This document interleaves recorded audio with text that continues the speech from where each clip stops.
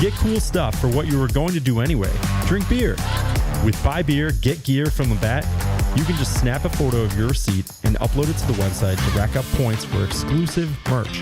Get points for every purchase, whether you're grabbing a pint on draft, a case for a party, or a tall boy at the stadium. Any size, any product, anywhere you buy Labatt. Buy beer, get gear. Sign up now at rewards.labattusa.com.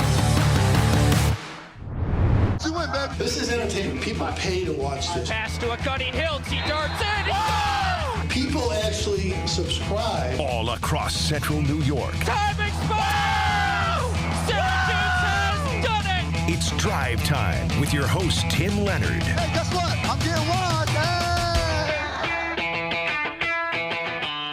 Hey! We welcome you into Drive Time. Good to be back on Drive Time. It's been a little bit. And boy, do we have a lot to discuss today. Wasn't the best week of Syracuse sports ever. We'll dive into all of it. We have not talked since the Orange basketball trip to Las Vegas. 0-3 trip. We said from the outset of the season they have to win one game in Vegas. They have to win one game in Vegas. They did not.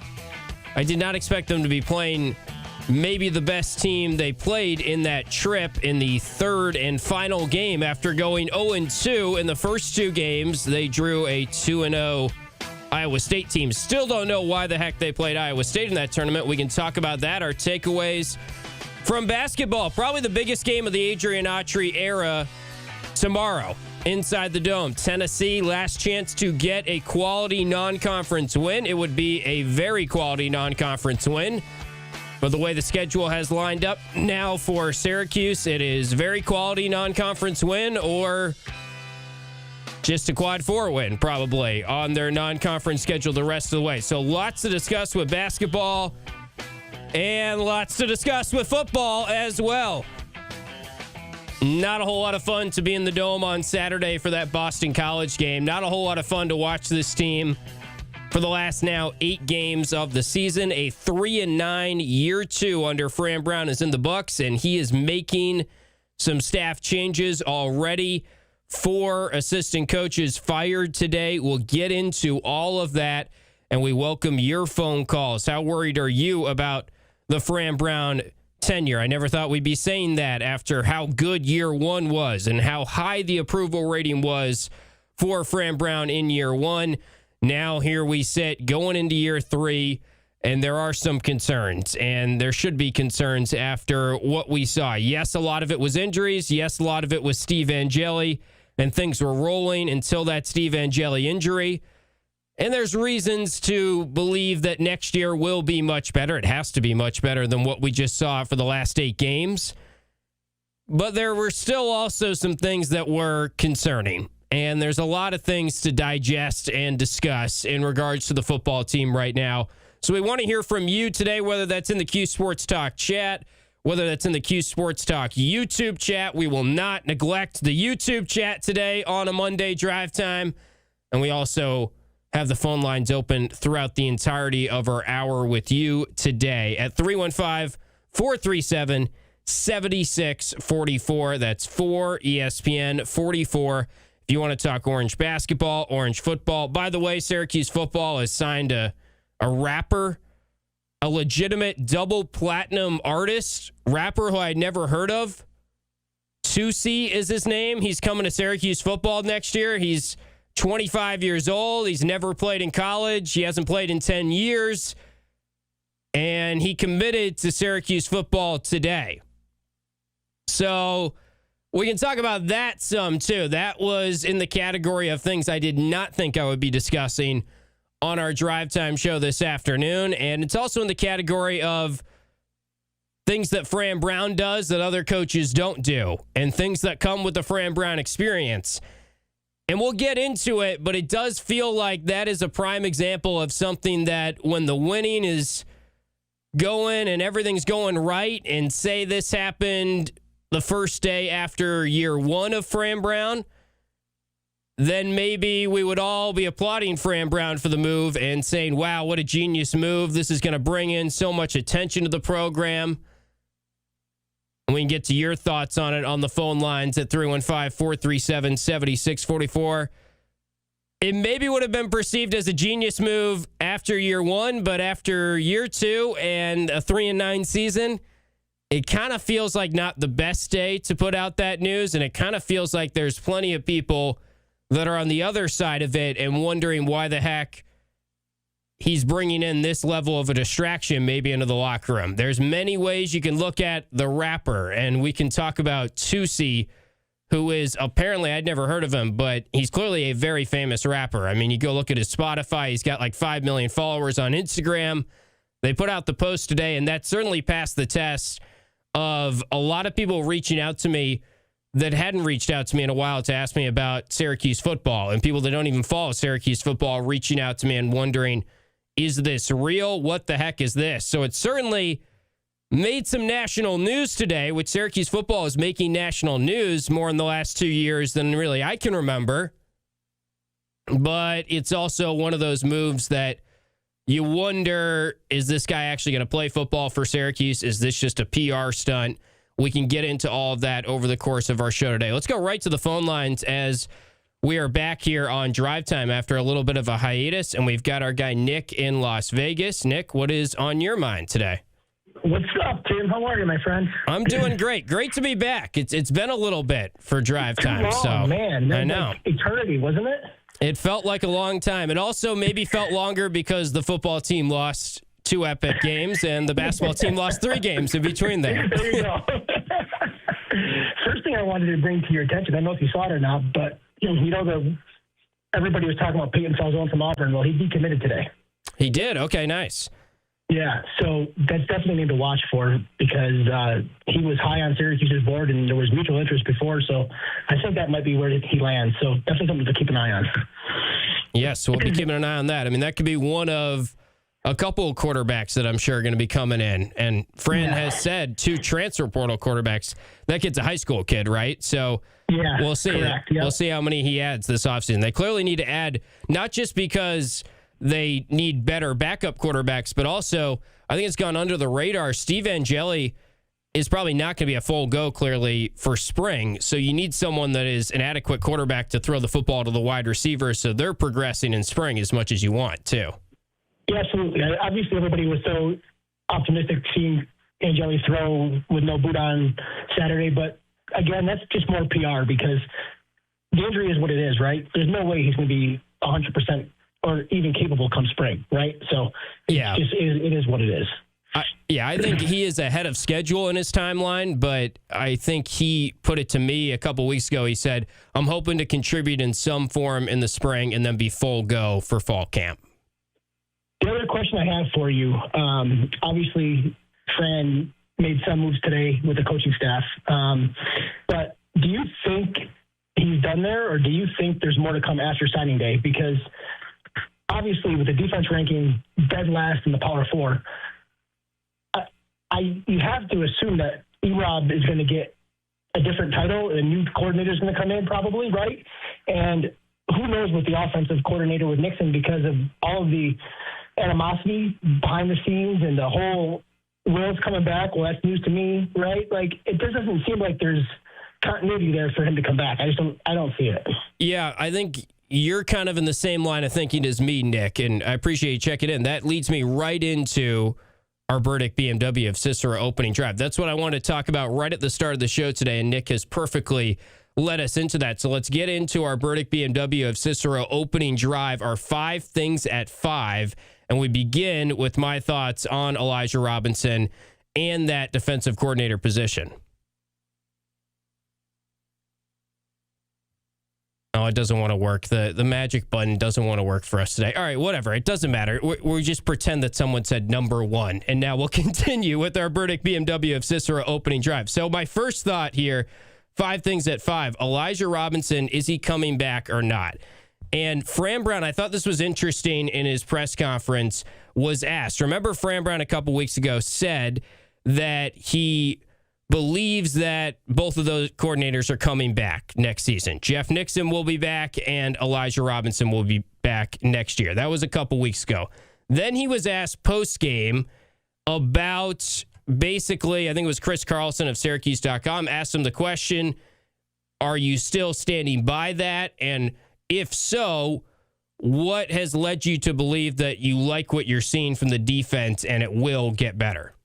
We're just going to watch all the film and go through a bunch of stuff, and then I don't want to make any bad statements or impulsive things, so, I'll deal with that next week after we get a week of self-scout. It's important that you just go back and watch everything and just do it the right way. Just overall, I want to make sure I do that.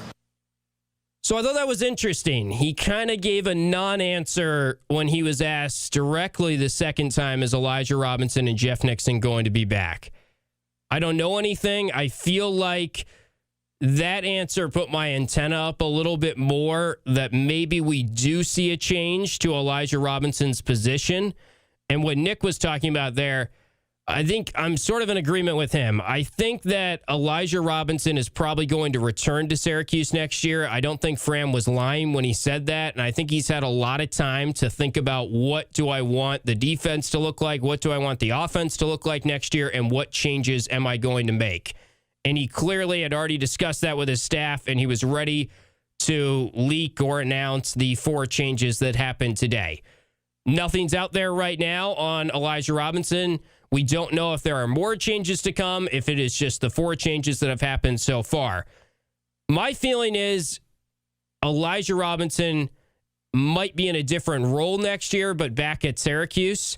Maybe it's a slight demotion. Maybe it is they bring in someone else to help run the defense, and he is more of a co-defensive coordinator. I'm not sure. I could also see him just being back as the defensive coordinator, because that's what I was thinking going into the Boston College game. But after hearing that comment post-game from Fran Brown, I could be reading into that too much. But I thought it was kind of odd that he didn't just come out and say Elijah Robinson will be back, Jeff Nixon will be back, because it did feel like when he made that announcement 2 weeks ago, that was with the National Signing Day, early signing day coming on Wednesday. That was with all that in mind. You want to make sure you have continuity on the staff right now, so recruits are all convinced that everything is going to stay the same, and there's nothing to worry about from a recruit angle at the minute. That was an interesting way to handle the question. I don't know if I'm overreading it, but I do feel like there's potential that we see the Orange have a different game plan next year in terms of calling plays. I have been on the record that I feel like Elijah Robinson is coming back and Elijah Robinson will be the DC next year.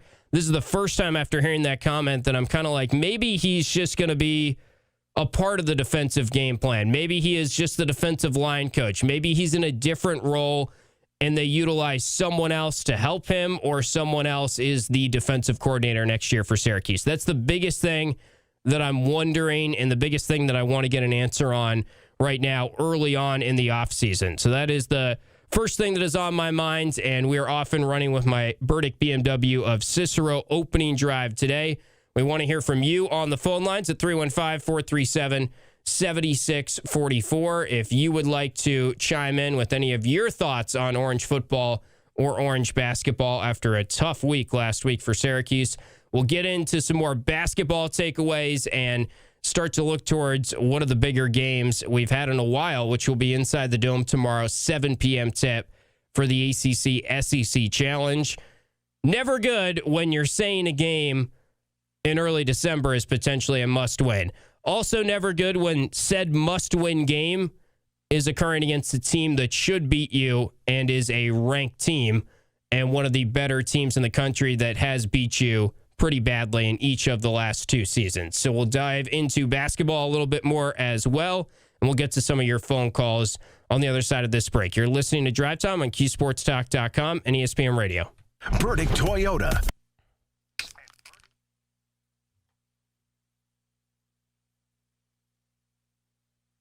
Chat, what is up? It's been too long. Phone's ringing out there, Joe.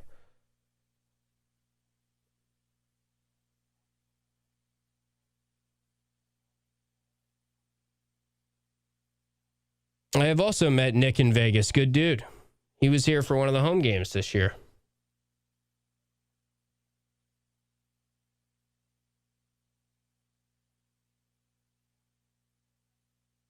CDRW was terrible in that BC game a couple years ago.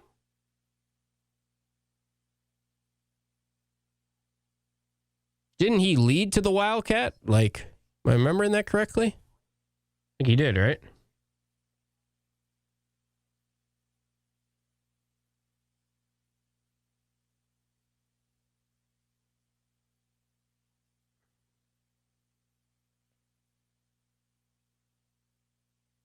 Talking a lot about Dino and Coach Mack in here. I'm catching up. Boss Sandwich, he kind of did. That quarterback got hurt, though. Now, he also used his great recruiting skills to get the LSU backup, and I'm sure they were expecting much, much greater things from the LSU backup. So I would imagine he's going to spend a good amount of money on a backup quarterback next year based on what happened this year.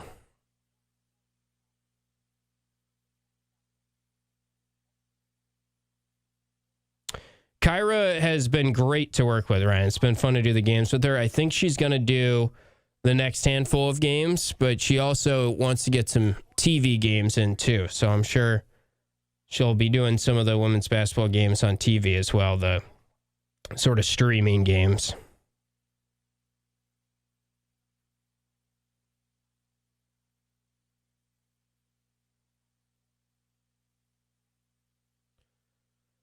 Yeah, Lukey Lou, I mean, the schedule, that draw in the third game just crushed them, because not that it's excusable to lose in the manner in which they did, but I do think everyone will be singing a different tune right now if they played some bad team and beat them in that third game. It really wouldn't change your net rankings a ton maybe, but I think we're all kind of right now very down because of how that third game went.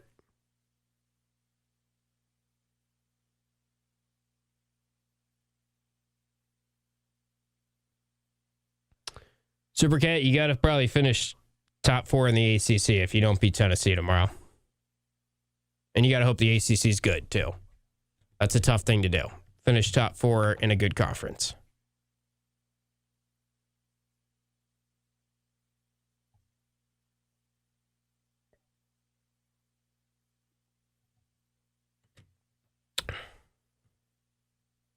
Dark days for Cuse Athletics, agreed.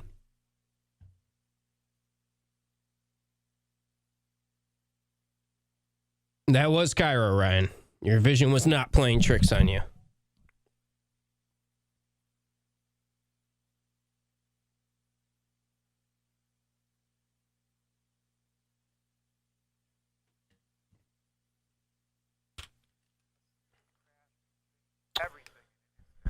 Yeah, it just stinks that they drew Iowa State. I don't think that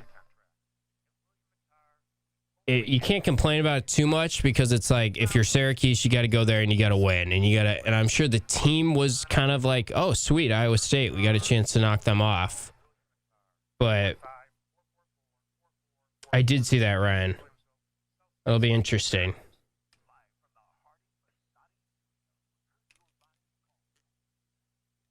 Women's team, we'll talk about it. 41 in the net rankings, not bad.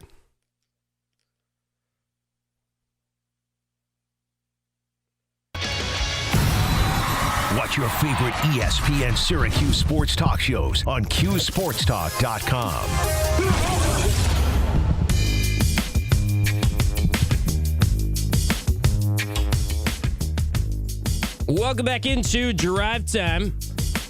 After taking last week off because of all the Vegas games overlapped with Drive Time, we didn't have any time to unload our takes here on Drive Time. We are back, and we have plenty to discuss, and the phone lines are open and available to talk Syracuse sports 5 to 6 p.m. weeknights here on Drive Time with Tim Leonard. 315-437-7644. Always the phone number to call. Again, that's 315-437-7644. 7644, or if you're not good at remembering all of that, you can just remember 4 ESPN 44, and you can call in, join in on the conversation on the show today. Let's go back to the phone lines where we've got our guy Gavendo in Syracuse. What's up, Gavendo? Hey, Tim. How we doing? I'm good, man. Life is good. Even though Had a good Vegas trip. the sports have not been good lately, you're still vibing? No, bro, come on. We played good. We did play good. Yeah, I agree with you for the most part. We didn't play good in one half, and we got the doors blown off, and we made stupid turnovers and couldn't get a rebound. But that was the worst of it, you know. So without Donnie, we're going to be fine. They're going to be fine. But I'm not really concerned with the team, Govendo. I'm more concerned with what is your path to the tournament now, right? I get it. And we need a win. Tomorrow's going to be tough, too, because I bet orange a lot while in Vegas, buddy, and it wasn't Syracuse. It was Tennessee, and it's tough because that Giuseppe kid is a stud. Gillespie, right? The guard? Gillespie, that's a Giuseppe, you get it? Yes. You're on the right track. They're big, and they're bad, and they're mean, and, bro, there's some ballers, but there's ways if we're making our shots and hitting our free throws, well, you know, we're going to be in the game. So expect a good fight tomorrow. Yeah, it'll be interesting. I mean, obviously they're going to be amped up for the game, and I would think that some of what happened for sure in the second half against Iowa State is they ran out of gas. And I know we've been joking all year about Red saying level 5 too much, and it felt like they gassed out of level 5 energy in the second half against Iowa State. They just emptied the tank, and unfortunately, the situation, I mean, you can kind of understand it. It's inexcusable to lose by that much, and I'm not arguing that they should have lost by that much or we should just, like, completely gloss over it. But you find out 12 hours before at 10 p.m. local time, you're playing at 10 a.m., and you're in the game at halftime, and then it starts slipping away, and it was the third game in 3 days without your best player. So you can understand it a little bit. We need a win, and we got to play.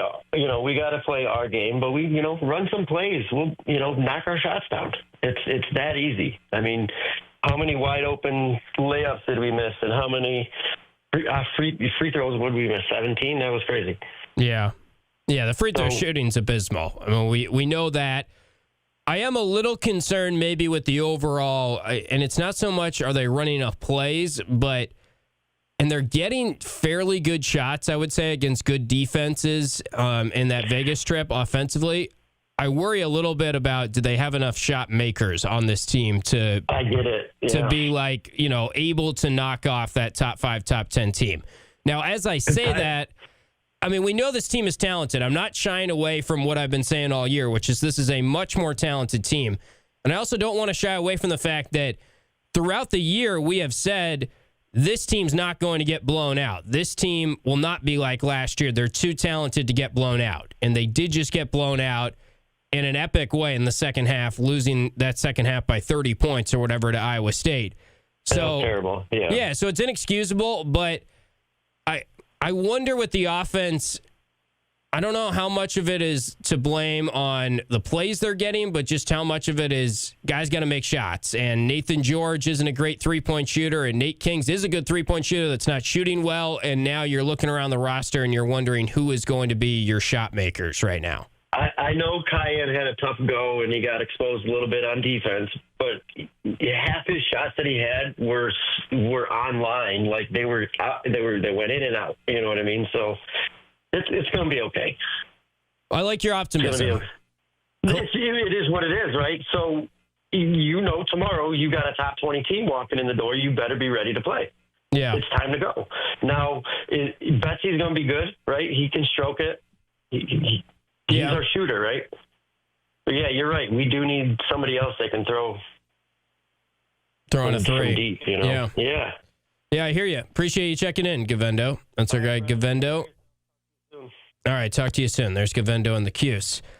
315-437-7644 if you want to call in and get your thoughts out on Syracuse basketball, Syracuse football, whatever is on your mind right now. Give us a ring.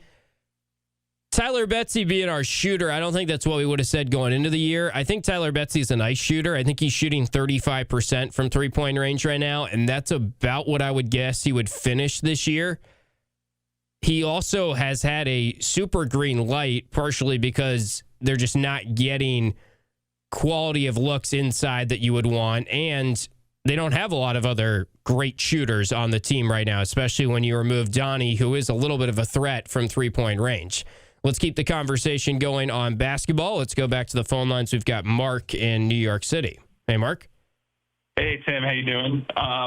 Good to call in again. I was listening to John Rothstein, the college basketball reporter's podcast this morning, and he pretty much was making the point that, tomorrow is a must-win for the Adrian Autry era, as probably a big must-win as possible, given that, this is a big-time Q1 opponent coming into our house.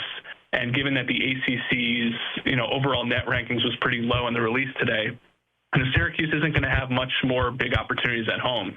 And he's of the view if Syracuse loses tomorrow, we might be kind of, 1 foot out the door with Adrian Autry. I know a lot of fans are already. So that's one point I wanted to make. And the second point I wanted to make is, let's just say Wildhack, sticks to his word that if we don't play any meaningful games in March, and Autry is probably out, it's going to be a very interesting coaching search. Not to jump too far ahead, but I'm thinking also with Carmelo's son on the team. Carmelo, is going to want the best coach for his son. Does that mean Kiyan would transfer out, or would Carmelo be very, very active in that coach search to find the right fit, to coach his son? So just was thinking about that today. Yeah, at least we're not answering questions about Penn State and Fran Brown, Mark. I think we can put that to bed officially. I appreciate you checking in. Always great to hear from Mark in New York City. Couple good points there. I do think the coaching search stuff, let's just let the season play out. Let's see what happens tomorrow. We'll have tons of time to discuss who could be next coach at Syracuse if it does become evident. I don't think we're going towards a team where we know in early February that this is over. I think this team's going to hover around the bubble. I also know that the February schedule lends itself to some quad one wins potentially, and it's kind of a backloaded ACC schedule. So I think that will benefit their ability to be in the conversation of playing some meaningful games in March a little bit longer into the season.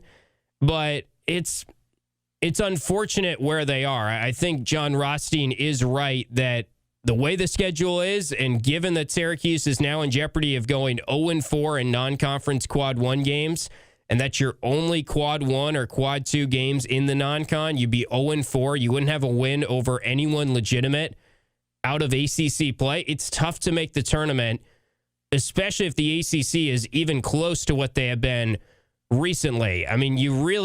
You get into a slim range of making the tournament if you don't win tomorrow. And that slim probability is probably they have to be a double bye team in the ACC tournament. They have to be a team that is considered top 4 in the conference.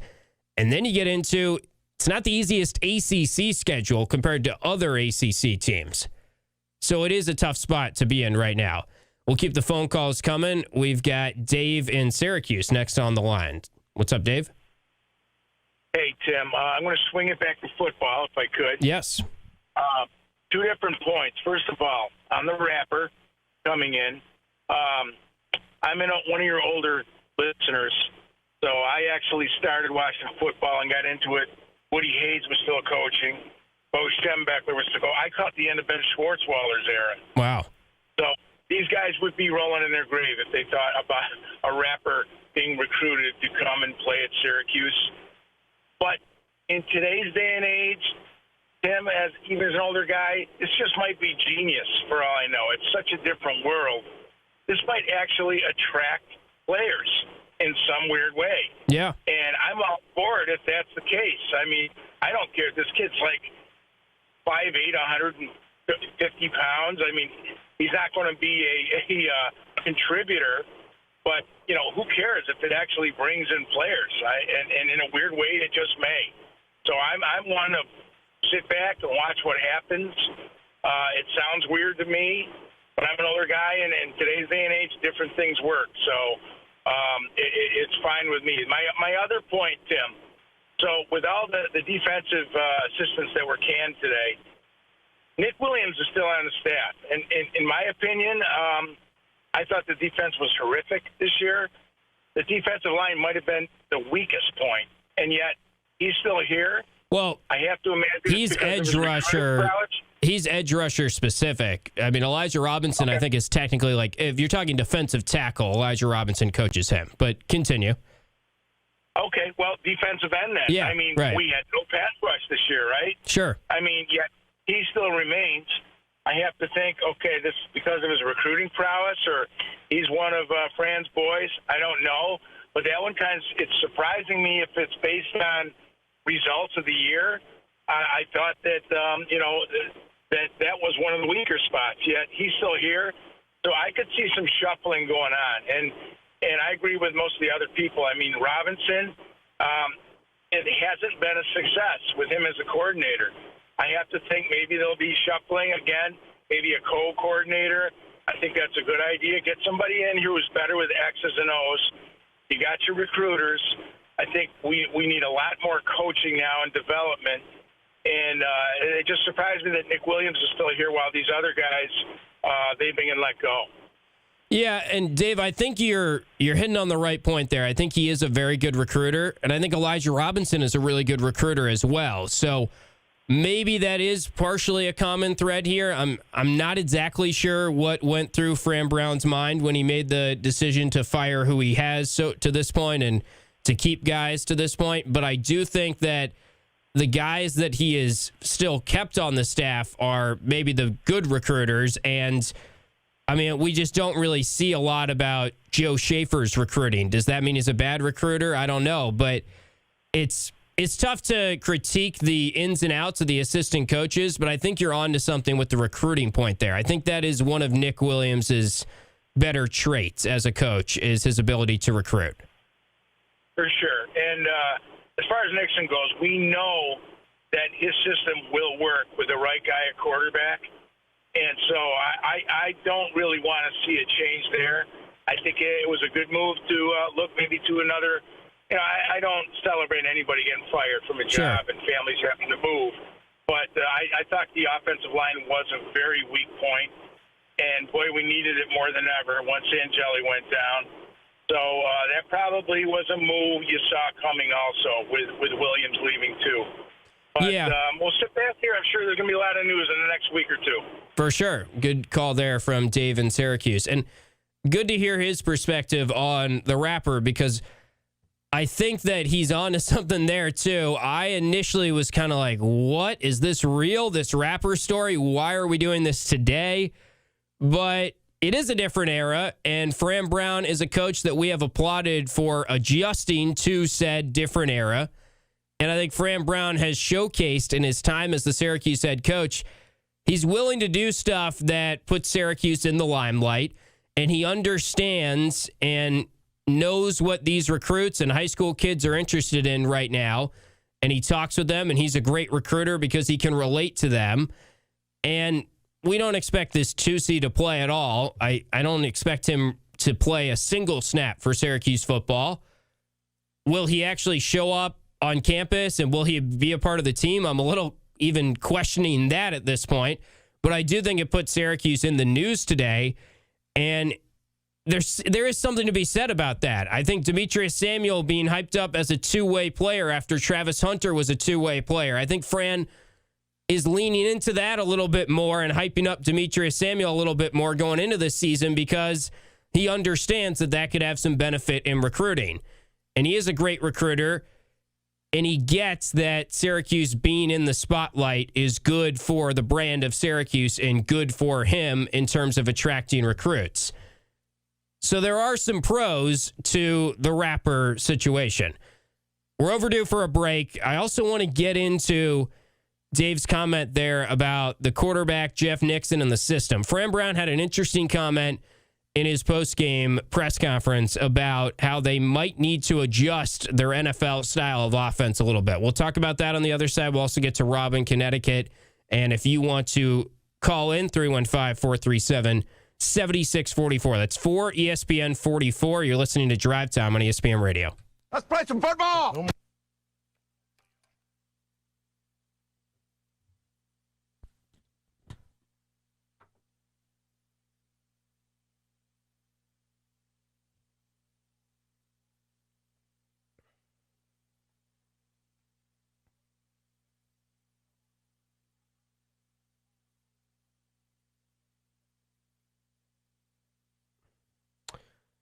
Had anyone heard of Tusi before today? Anyone in the chat? I would have been pretty surprised to see Nick Williams let go. I think if we were power ranking coaches yesterday, I would not have had Ricky Brumfield high on the list of coaches I think was going to get fired. But I was fully expecting changes, obviously. And Fran is the type of coach that he's going to make changes every year. I mean, he even made changes to the special teams coach after 10-3, and obviously that was justified. They really struggled in special teams.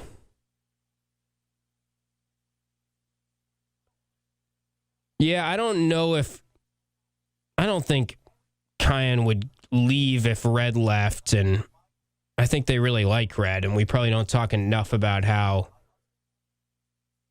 if Red's such a bad coach in some of your guys' eyes, why would Carmelo trust him with his son, you know?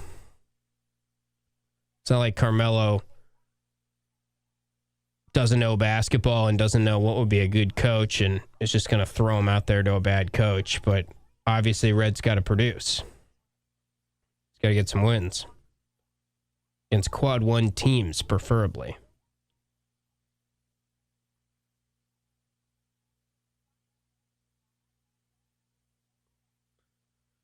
The defense does sort of fall back to Angeli, but I think you could also make the case that the defense it didn't look good last year, Philly, and that second half against BC, obviously the situation didn't lead to a lot of motivation to play well if you're the defense or to go all out, but guys were just wide open. I mean, they came out of the halftime break, made adjustments, and it felt like they were running the same play where they had basically 4 verticals with Lewis Bond crossing over the middle.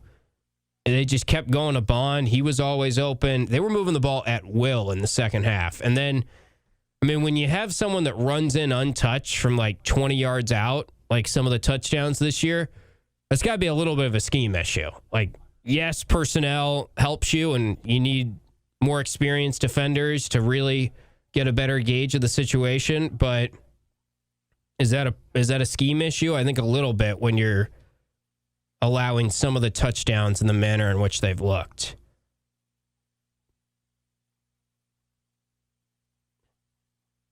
He could bring in some NIL. I could see that. The rapper situation is wild, Bixby. If you're just joining us, there is a 25-year-old who has never played college football, who played in high school for a very small school in Raleigh, North Carolina, who has been a rapper, a very popular rapper I never heard of, and he has been vocal in the last couple months that he wants to play Division I football and he's going to make a name for himself and live out his dream. He had an offer from Sacramento State. He had toured NC State, a couple places down there, and he's from Syracuse originally, moved to Raleigh when he was 12, and he has announced today that he's committing to Syracuse football. Yeah, he does have a huge following. That favorite song, it's literally called Favorite Song. That's probably his most known song. I think has 330 million views on YouTube.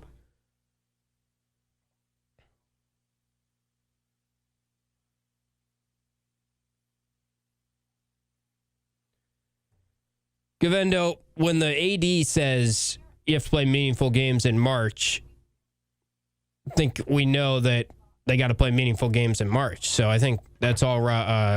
Mark, I think, was the one who called in. Mark was saying if it does go in that route, and it's fair to talk about it. But I also hear you. It's early, and let's see how the season plays out. And that's kind of what I said. Like, let's let things happen here.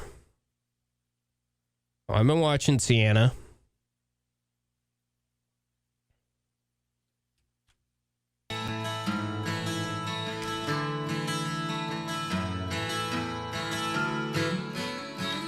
Back on Drive Time, phone lines are open, and we have a lot to discuss on the show this afternoon. Talking a lot of Orange football, Orange basketball as well. After a tough week of Syracuse sports, plenty of you have been chiming in, and we appreciate all of you on the phone lines at 315-437-7644.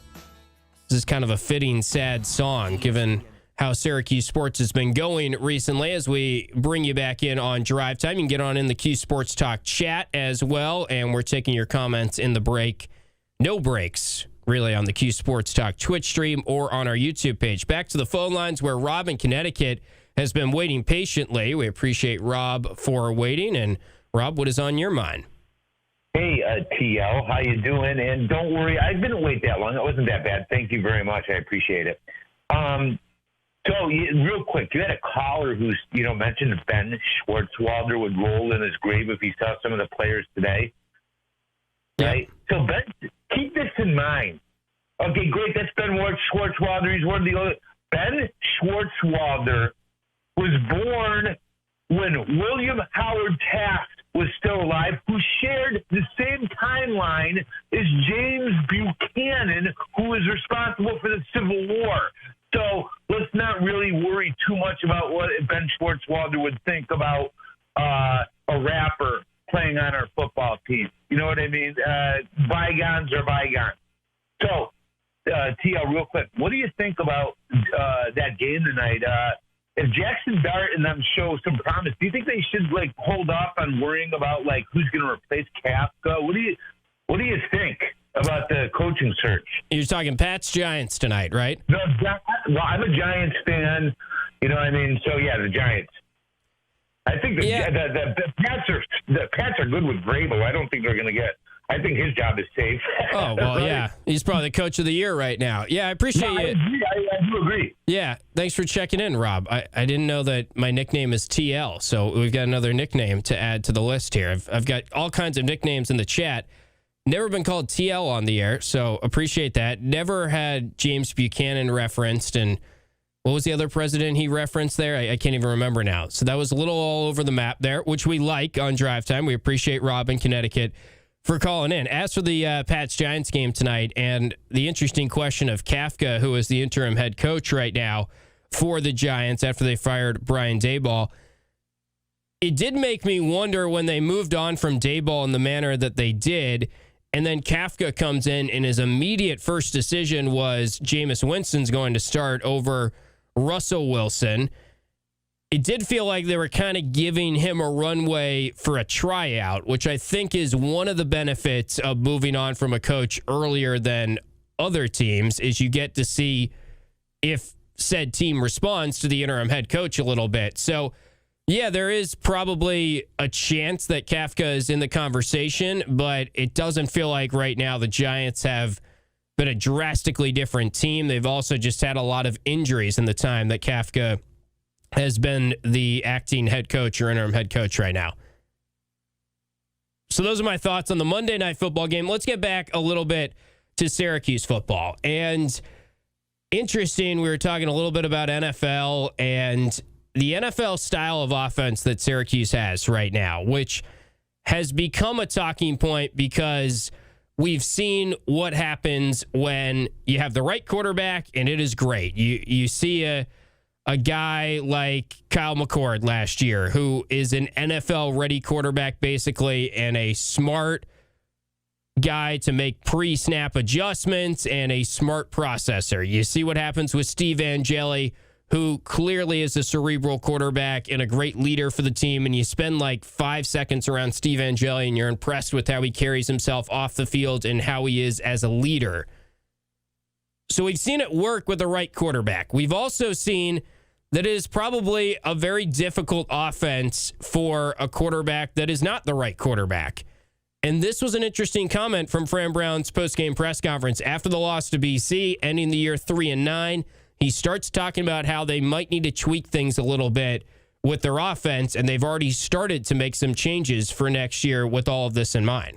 I mean, you go to the NFL, when they lose a quarterback, it's a lot that's done in that. And when you're running an NFL system, it's kind of similarities that happen, which is why we've been working on doing something opposite of that as this next season comes in, things that we'll implement and that we'll be able to do for the next season. And just throughout spring ball to being able to work so we won't get caught in that situation. And then we got a bunch of guys that'll come in that will be able to help. You want to continue to stack the depth at all positions, so no matter who goes down, it's almost similar and almost the same. So are we going to see the exact same offense from Syracuse next year with Steve Angeli? Is Fran talking about we're going to have something in place for if an injury happens and they have to change things up a little bit and adapt a little bit quicker to a backup quarterback?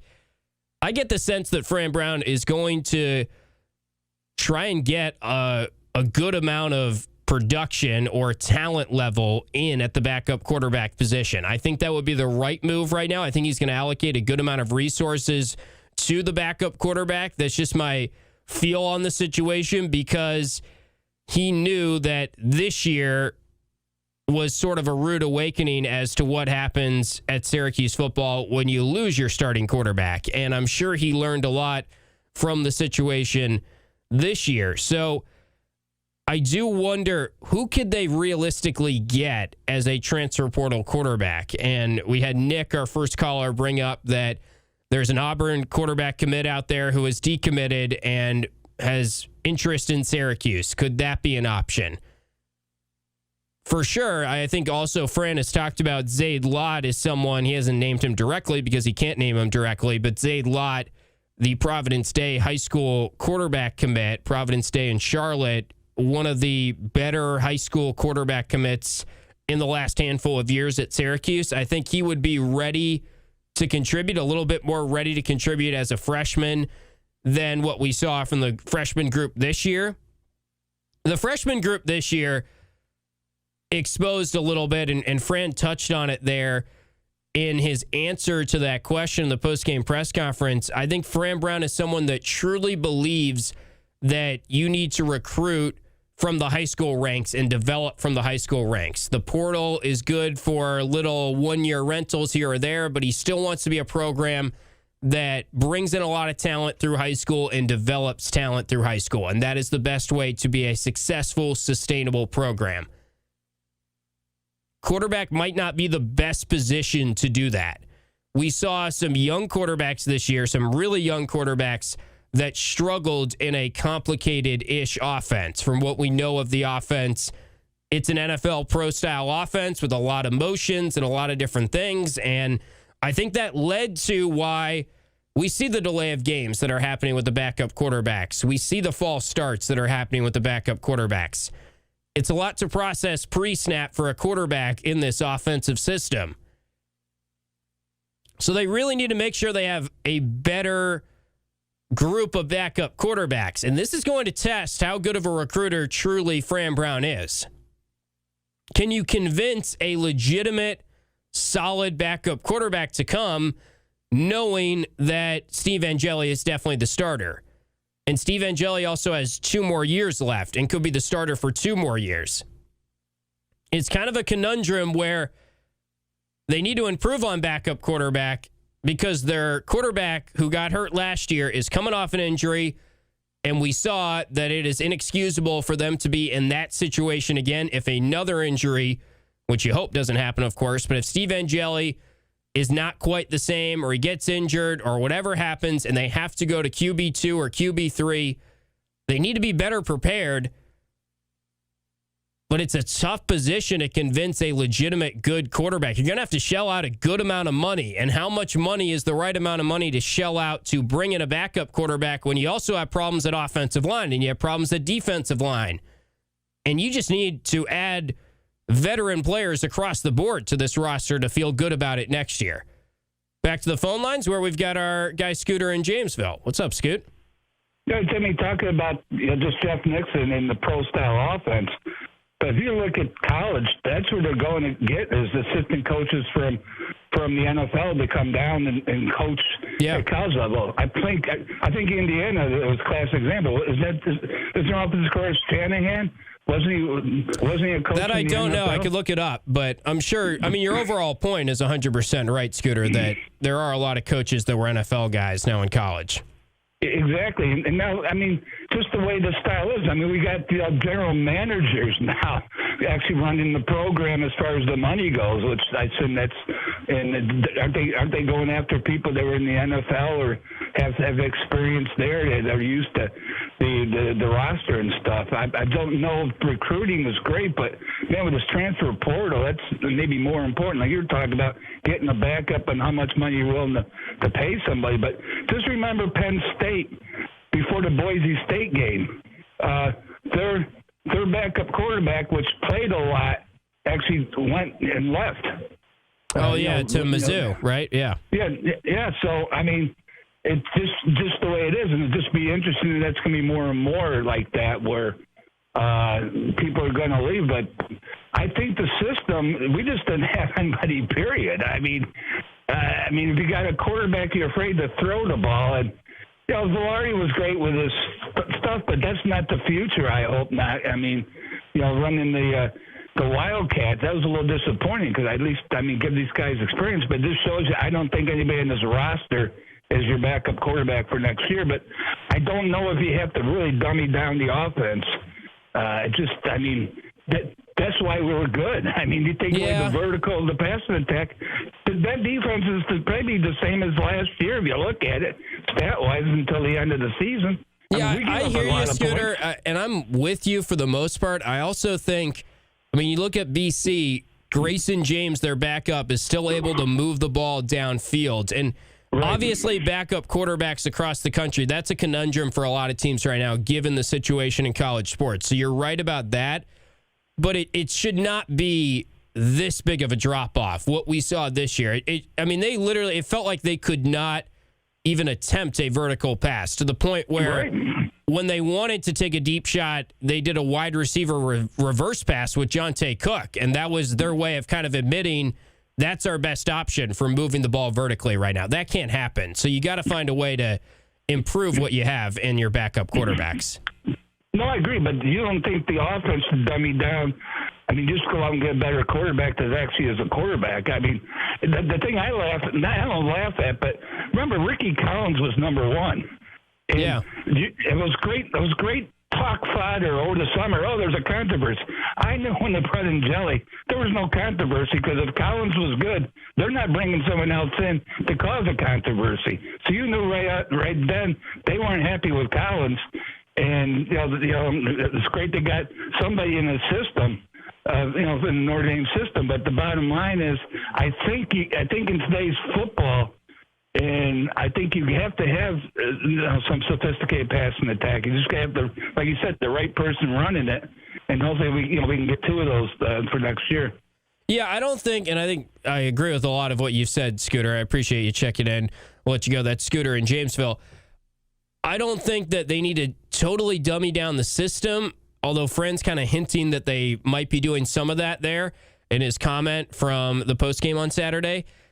I do think they need probably to understand what is the right type of quarterback for this system a little bit more. The backup quarterbacks they have right now are all, 6 feet is generous. Rich Beelan warming up on Saturday. He can't be 6 feet. They list him at 6 feet. Joe Filardi is listed at 6'1". He can't be 6'1". Luke Carney is really small as well. They need more of a pocket passer, more of someone that comes in and maybe is better suited for an NFL style of vertical passing offense, I would say. And I don't think they had that at all in the backup quarterbacks that they had this year. And I think Ricky Collins, he does have a great arm, and he's got a lot of traits that look really good when you probably see Ricky Collins at practice, or you watch Ricky Collins just throwing the football in drills. He doesn't have maybe the traits that you were looking for a complicated offense. He's maybe not as good as you need to be in pre-snap adjustments and processing. And obviously when he was back there under center or dropping back in a situation where the pocket is collapsing, we all saw it. He wasn't great at understanding first read isn't there, let me go to the second read. There wasn't enough of that. So they've got to find someone that is probably a better processor and more of a pocket passer at the quarterback position to be a backup next year. And how good are you going to do at bringing in someone that knows going in they are talented, they're a good processor, they have a lot of the good traits for a quarterback, but they're not going to start maybe in the next 2 years at Syracuse because Steve Angeli is there. Overdue for a break. We'll get to our final segment, and we can get to one more phone call on the other side if you'd like at 315-437-7644 here on Drive Time on ESPN Radio. I'm Kareem Abdul-Jabbar.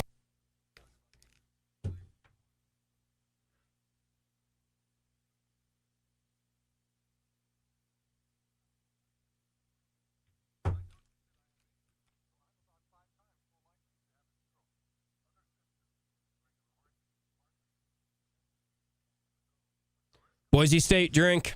He does it intentionally at this point.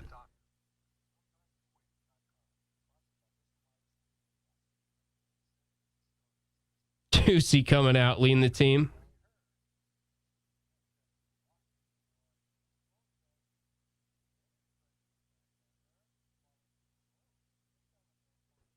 When was William Taft covering on the situation?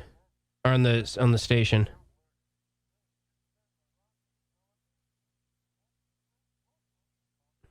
TL is going to have some legs in the chat now, I have a feeling. I mean, has anyone called in and called me? Like, where did that nickname come from? I know it's my initials, but if Gio walked in right now, I never would be like, GH, what's up? That was wild. I'm going to walk into Orange Nation tomorrow and be like, PS and SI, how we doing? No one in the chat called. This guy who called in, Gavendo, Rob in Connecticut, was just like, TL, what's up? TL. He just kept saying TL.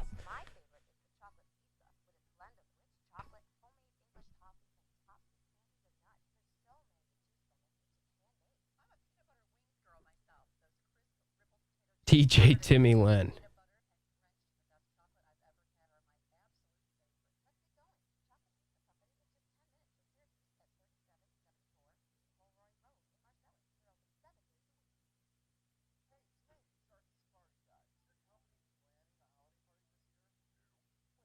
We're going way over the hard out today.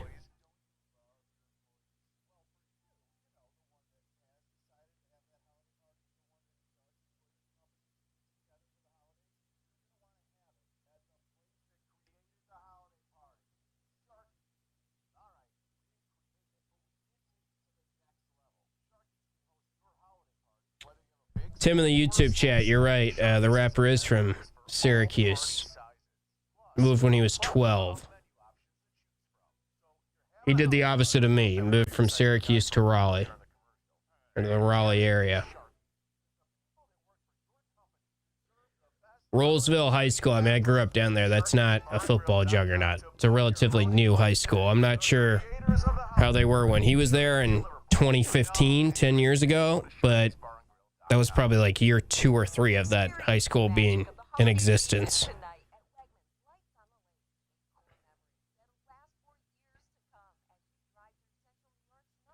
Super Cat, this is a 1-hour show that is going to end over 1 hour. The show should be done right now if that makes you feel better. We're still in our last ad break. Yeah, let's get Post Malone in here. Oh, okay. Howard Taft. That makes sense. Huh. I don't know if that was the same guy, Nick. It sounded like a different Rob. Is there multiple Rob in Connecticut, though? I thought it was the same guy, but his voice seemed different to me. Maybe Gio can answer that for us. I think he did kind of do it for publicity, Kev. But is that a bad thing?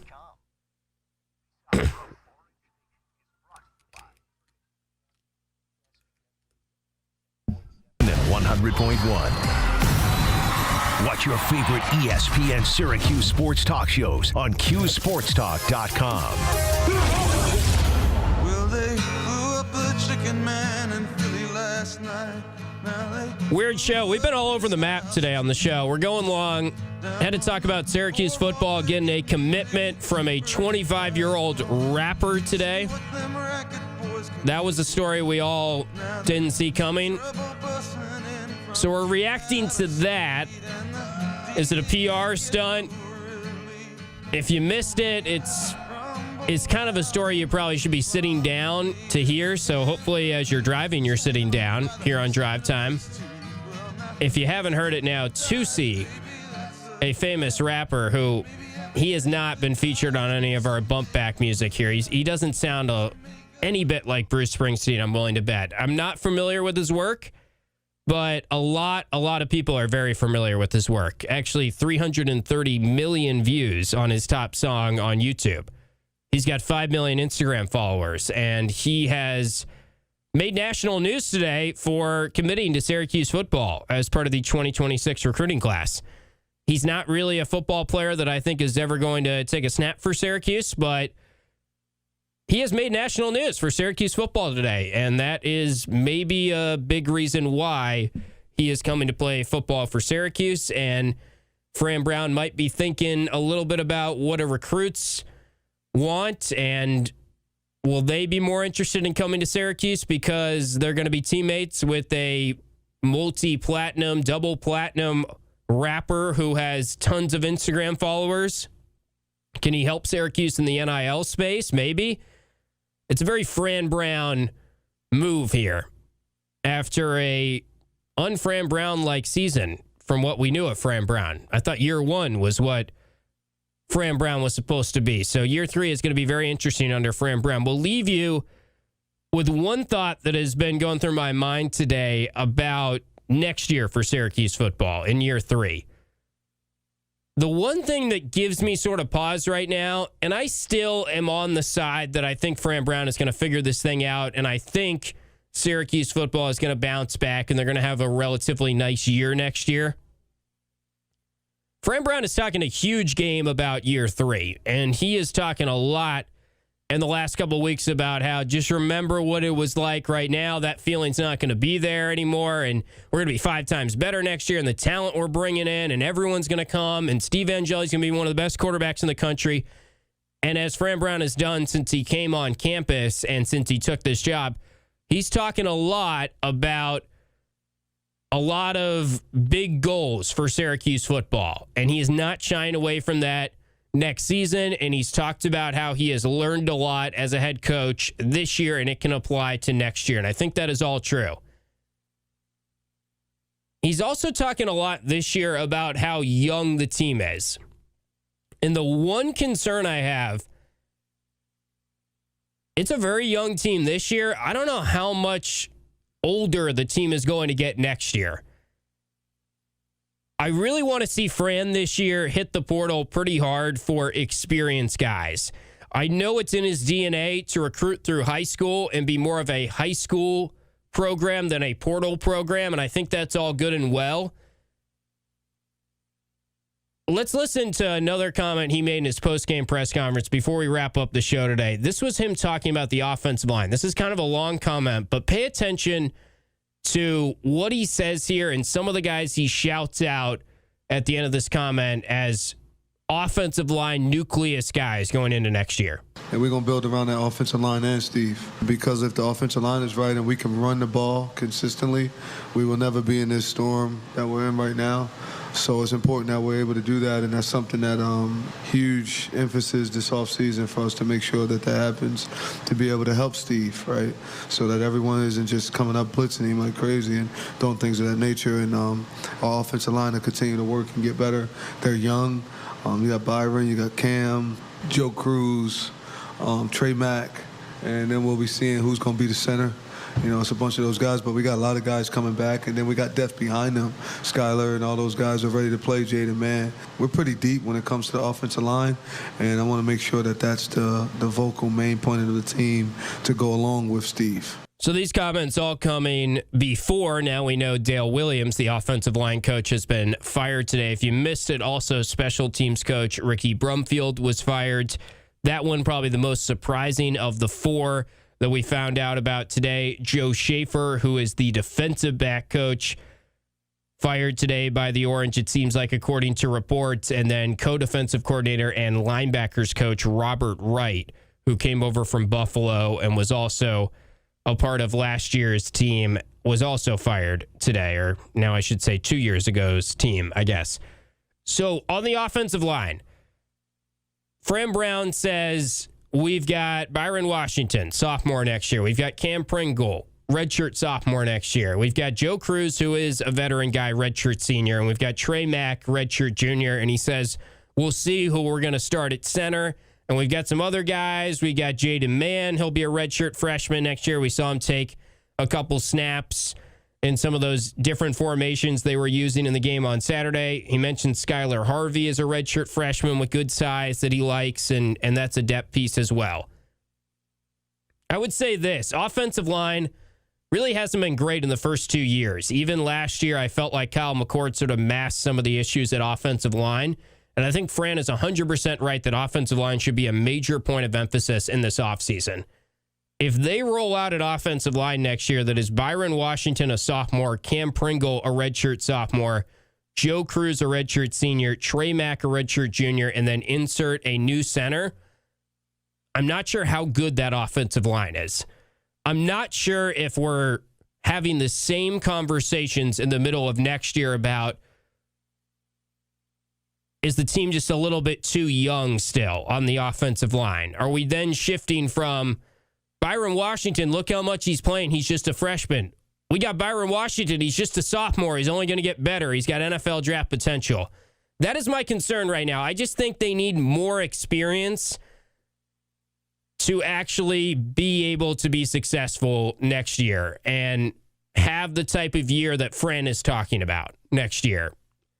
And we got a comment in the Key Sports Talk chat. What's wrong with Fran hyping up next year? Nothing's wrong with it. I just don't want him to be saying at the end of this year, they're too young. That's the reason why they're not good enough. But next year, look out. And then we get to next year, and we're about halfway through the season, and we look at the roster and we say, are they still too young? I mean, Antoine Delorier is only a sophomore. He's still playing major minutes at linebacker. Demetrius Samuel's only a sophomore. And those guys weren't necessarily the problem this year. But how many guys on the offensive line and defensive line, arguably your two most important positions outside of quarterback, how many of those guys are veteran guys that are coming back next year? I think you really need to hit the portal hard, obviously, for defensive line, but also offensive line to get some veteran guys in there. I don't love the idea of just everyone that was sort of okay this year as a young offensive lineman, they'll stay in their starting role and they'll just get a lot better next year. I think obviously they're going to develop, they're going to get better. They're still going to be relatively young on the offensive line if they don't address it a good amount in the transfer portal. So we'll leave you with that. We've gone well over today on Drive Time. Fun to be back, though. We appreciate all of you in the Key Sports Talk chat and all of our callers as well. We'll be back tomorrow, and we'll look towards that Tennessee basketball game, which will be coming your way at 7 p.m. tomorrow night. So until then, we'll have Orange Nation 12 to 2 tomorrow as well, and we'll be back with you on Drive Time 5 to 6 p.m. Have a great rest of your night, and we'll talk to you next time on KeySportsTalk.com and ESPN Radio. Did you miss Drive?